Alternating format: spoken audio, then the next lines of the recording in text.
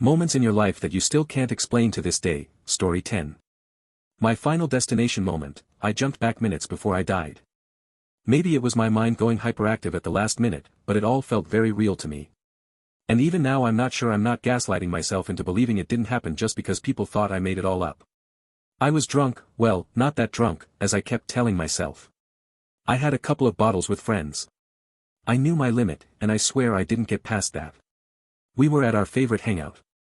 It's a little hole in a wall frequented by people our age who were not quite adults with no real adult money.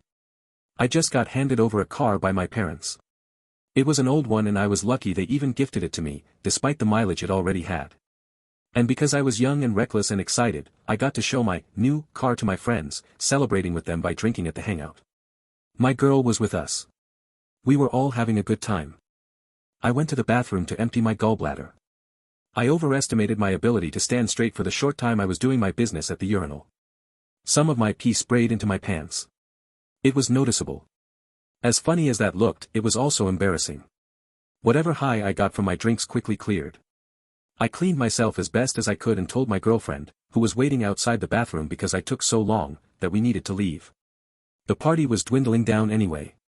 We said goodbye to my friends and hopped into my car. I was in the driver's seat.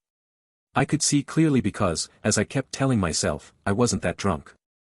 But when you're young and stupid, you think that the yellow light is a challenge, not a reminder to slow down.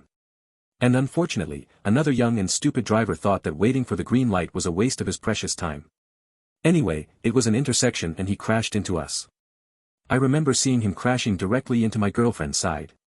I remember the blinding light hitting her face first before horror set in and the impact of his pickup shook my girlfriend's neck to an unnatural side position. The other driver's pickup was so much stronger than my old Corolla, pushing us to the other side of the road.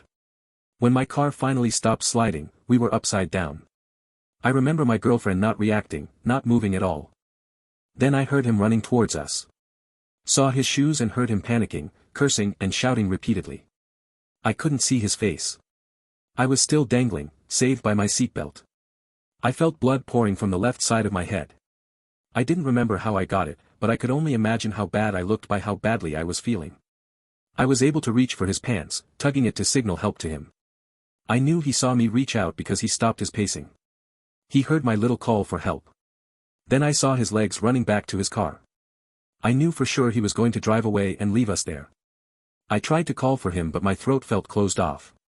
Then I saw him coming back and stopping at my side. I saw his shoes again. I tried to call for him again. Nothing.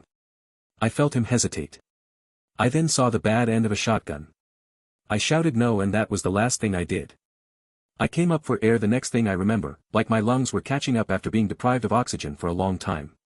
I was in the pub's bathroom again. And I was in the middle of peeing.